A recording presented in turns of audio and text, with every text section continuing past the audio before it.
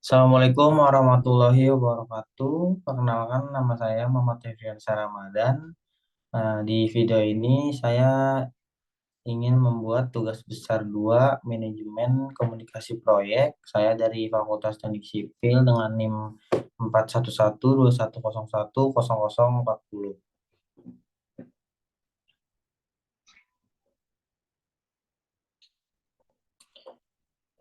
Tujuan dari pembuatan video ini adalah untuk memenuhi tugas besar 2 mata kuliah manajemen komunikasi proyek dengan dosen pengampu Ibu Lili Kholida STMT. Selanjutnya ada pembahasan yang pertama ada perencanaan dan pengelolaan manajemen komunikasi dalam proyek konstruksi, yang kedua ada monitor komunikasi proyek konstruksi, dan yang ketiga ada permasalahan dan solusi manajemen komunikasi proyek konstruksi. Selanjutnya, di sini ada perencanaan dalam pengelolaan manajemen komunikasi dalam proyek konstruksi. Plan komunikasi manajemen atau perencanaan manajemen komunikasi adalah proses mengembangkan pendekatan dan rencana yang tepat untuk proyek kegiatan komunikasi berdasarkan kebutuhan informasi masing-masing pemangku kepentingan atau kelompok, organisasi yang tersedia aset, dan kebutuhan proyek. Manfaat utama dari proses ini adalah pendekatan terdokumentasi untuk secara efektif dan secara efisien melibatkan pemangku kepentingan dan menyajikan informasi yang relevan secara tepat waktu.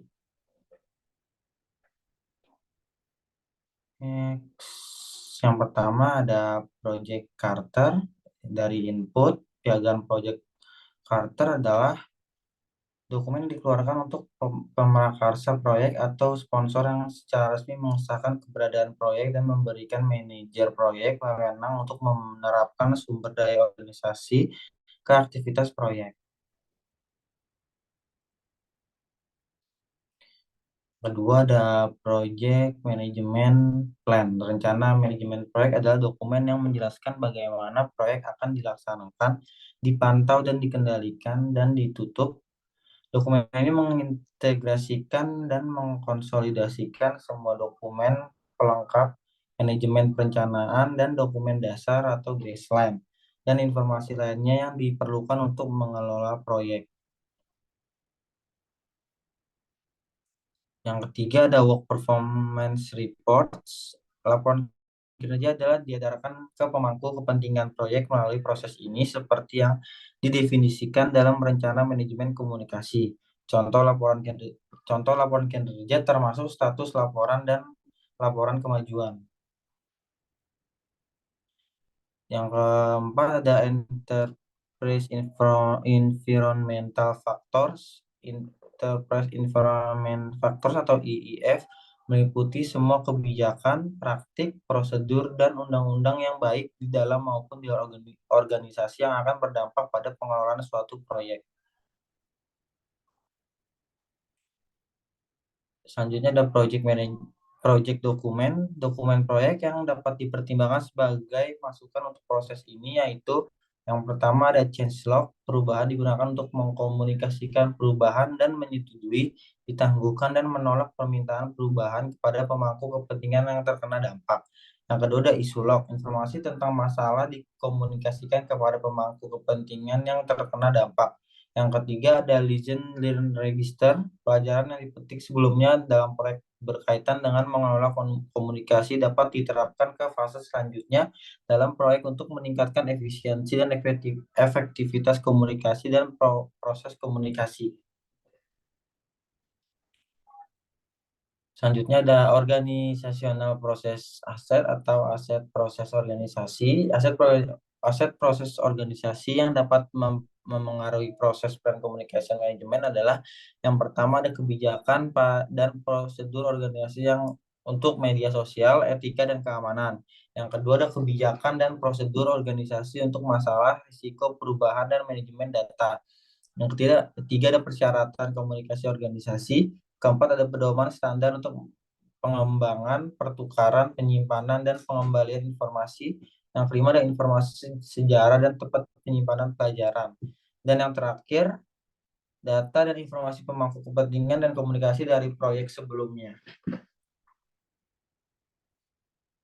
Dan selanjutnya ada output dari perencanaan dan pengelolaan manajemen komunikasi dalam proyek konstruksi. Yang pertama ada communication management plan.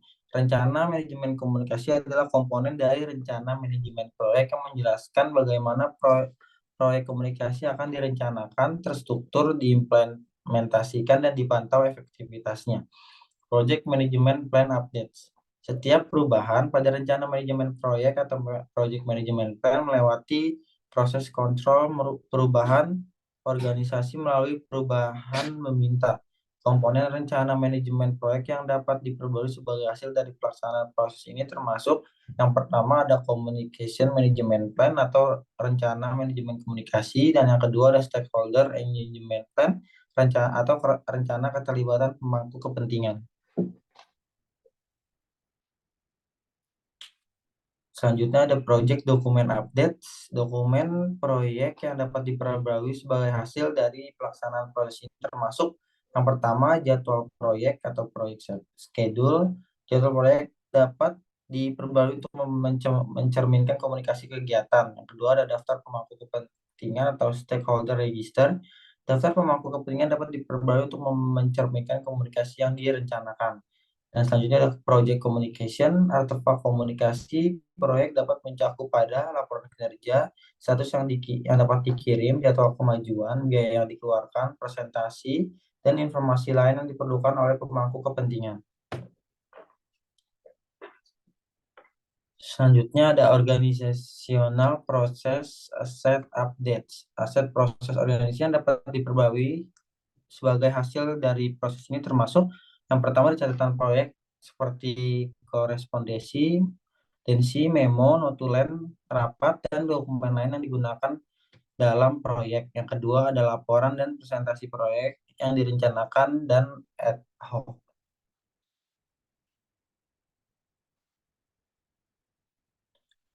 Selanjutnya adalah monitor komunikasi proyek konstruksi. Monitoring proyek adalah tool untuk mengklarifikasi tujuan proyek konstruksi yang menghubungkan kegiatan dengan tujuan, menetapkan target, melaporkan kemajuan, dan membuat manajemen sadar akan masalah yang muncul selama implementasi proyek. Monitoring proyek pembangunan konstruksi baik perumahan, gedung, dan lainnya melibatkan banyak pihak. Ada pemasok, subkontraktor, insinyur, arsitek, dan lainnya yang terlibat dalam proyek properti. Manajer dan eksekutif harus dapat memiliki pemahaman menyeluruh tentang proyek. Selanjutnya ada output monitor komunikasi proyek konstruksi. Work performance information atau informasi prestasi kerja. Work performance information mencakup informasi tentang bagaimana komunikasi proyek dilakukan dengan membandingkan komunikasi yang dilaksanakan dengan yang direncanakan. Juga mempertimbangkan umpan balik pada komunikasi, seperti hasil survei tentang efektivitas komunikasi. Dan selanjutnya change request. Proses komunikasi monitor seringkali menghasilkan kebutuhan untuk penyesuaian, tindakan, dan intervensi pada aktivitas komunikasi yang ditetapkan pada dalam rencana manajemen komunikasi. Perubahan permintaan change request diproses melalui proses perform integrated change control atau tindakan kontrol perubahan terintegrasi. Change request ini dapat mengakibatkan yang pertama, revisi persyaratan komunikasi pemangku kepentingan, termasuk distribusi informasi pemangku kepentingan, konten, atau format dan cara distribusi. Dan yang kedua, prosedur baru untuk menghilangkan kemacetan.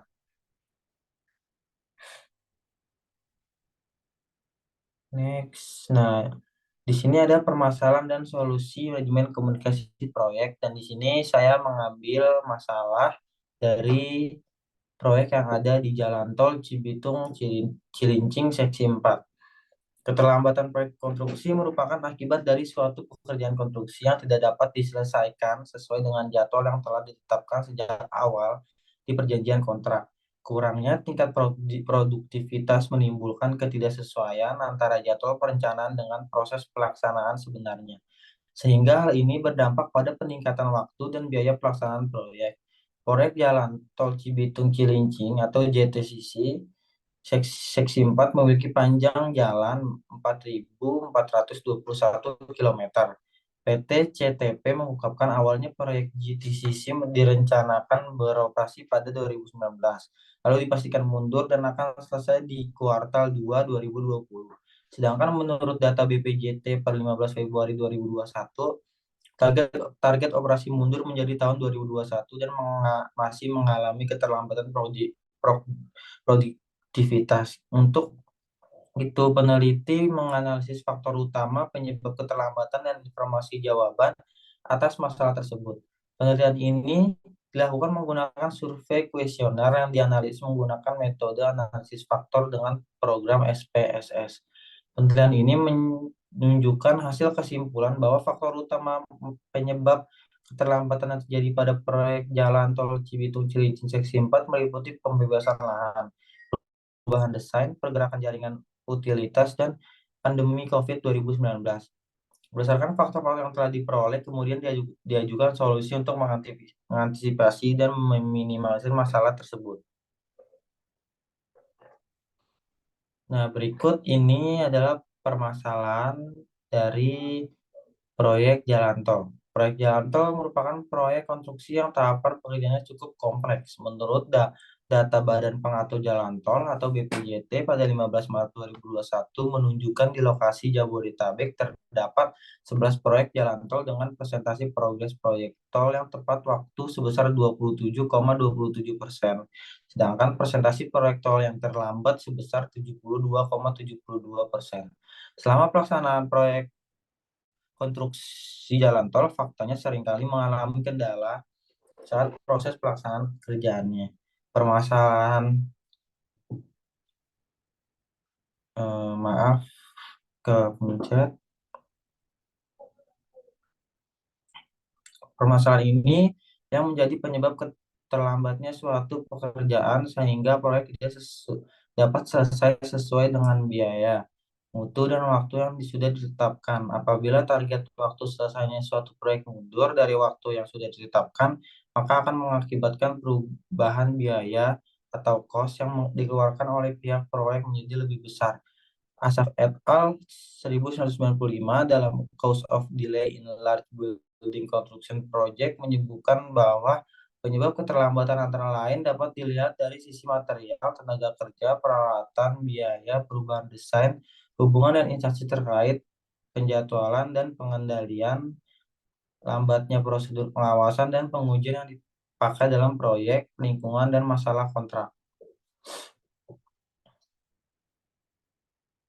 Dan yang kedua ada solusi yang diusulkan terhadap faktor permasalahan tersebut untuk menghindari dan meminimalisir keterlambatan dan penyelesaian terhadap faktor penyebab keterlambatan pada poin 1, yaitu yang pertama, menurut konsep percepatan pengadaan tanah yang dapat meminimalisir terjadinya keterlambatan pada pembangunan proyek strategis nasional. Yang kedua, ada melakukan penyelidikan menyeluruh pada lokasi yang akan dilakukan konstruksi sebelum merencanakan desain sehingga perencanaan desain dapat disesuaikan dengan kondisi yang sebenarnya. Yang ketiga, ada melakukan persiapan data-data yang berkaitan dengan jaringan utilitas sebagai dilakukan konstruksi pada lokasi yang direncanakan.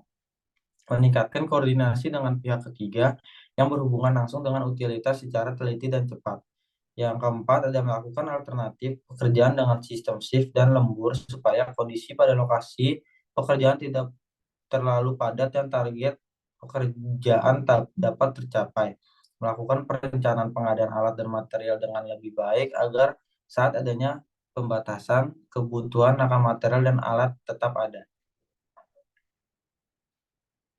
Sekian mungkin itu saja yang bisa saya sampaikan. Semoga materi yang sudah saya paparkan bisa dicermati oleh dengan jelas. Kurang lebihnya mohon maaf jika ada salah kata. Wassalamualaikum warahmatullahi wabarakatuh.